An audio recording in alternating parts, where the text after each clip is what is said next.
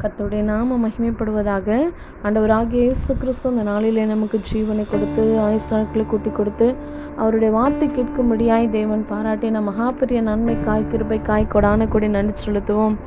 இந்த நாளிலும் கூட கர்த்தர் நம்மளோடு கூட வெளிப்படுத்தி பேசுகிற வார்த்தை சங்கீதம் 138 7ஆம் வசனம் எப்படி சொல்லுகிறது? நான் துன்பத்தின் நடுவில் நடந்தாலும் நீர் என்னை உயிர்ப்பிப்பீர் என்று சொல்லி தாவீது சொல்லுகிறதை பார்க்கிறோம்.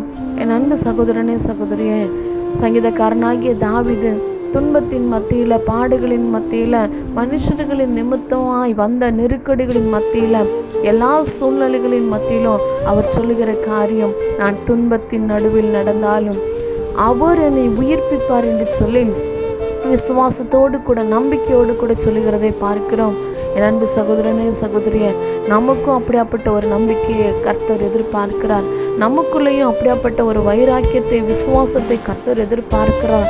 சூழ்நிலைகளின் மத்தியில், பாடுகளின் மத்தியில், அவமானங்கள், இழப்புகள், வியாதிகள், எல்லா சூழ்நிலையிலையும் நமக்கு ஒரு நம்பிக்கை வேணும். யோபு சொல்லுகிறதை போல, என்னை கொன்று போட்டாலும் அவர் பேரில் நான் நம்பிக்கையாக இருப்பேன் என்று சொல்லி யோபு சொன்னதுனால தான் கர்த்தர் யோபுவினுடைய வாழ்க்கையில் இரட்டத்தனையான ஆசீர்வாதங்களின் நன்மைகளை செய்தார்.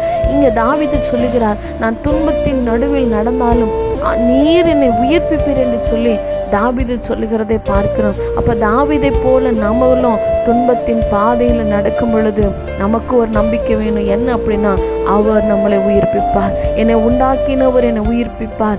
நான் மரண படுக்கையில் படுக்கிறது, வியாதியின் மத்தியில் படுத்து கொண்டு இருக்கிறேன். ஒருவேளை வியாதி என்னை நெருக்குகிறது என்று சொல்லி மருத்துவர்கள் கைவிடப்பட்ட சூழ்நிலை, ஒருவேளை அவமானங்கள், மனுஷர்கள் நிமித்தமாய் வருகிற நெருக்கடிகள், எல்லா துன்பத்தின் பாதையில் நான் இருக்கிறேன், நடந்து கொண்டிருக்கிறேன் என்று சொல்லி ஒருவேளை கண்ணீரோடு கூட வேதனையோடு கூட இந்த வார்த்தையை கேட்டுக்கொண்டு இருக்கலாம்.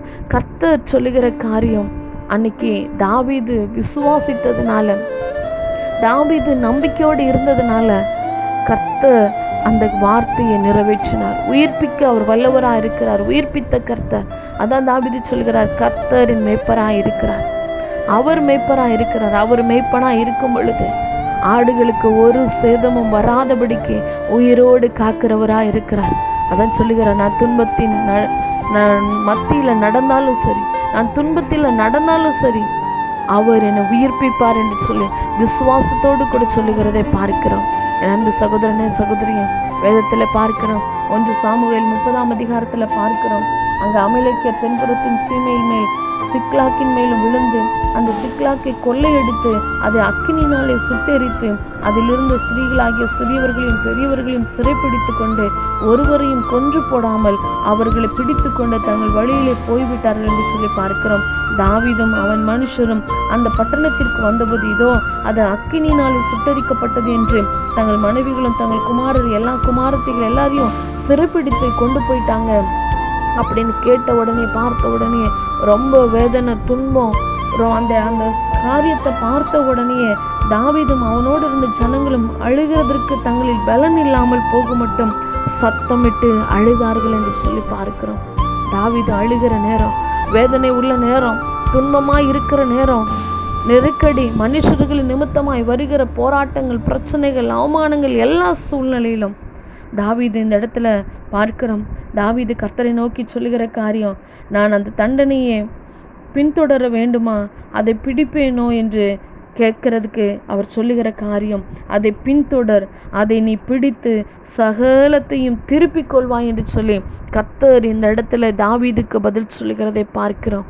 என் அன்பு சகோதரனே சகோதரியே, நான் துன்பத்தின் நடுவில் நடந்தாலும் நீர் என்னை உயிர்ப்பிப்பீர் என்று சொல்லி விசுவாசத்தோடு நம்பிக்கையோடு சொன்னதுனால தான் இங்கே பார்க்குறோம். அவங்களுடைய மனைவிகள், குமாரர், குமாரத்திகள் எல்லாத்தையும் அவங்க சிறைபிடித்து கொண்டு போன நேரத்திலும் கர்த்தர் சொல்லுகிறார், சகலத்தையும் திருப்பிக் கொள்வாய் என்று சொல்லி.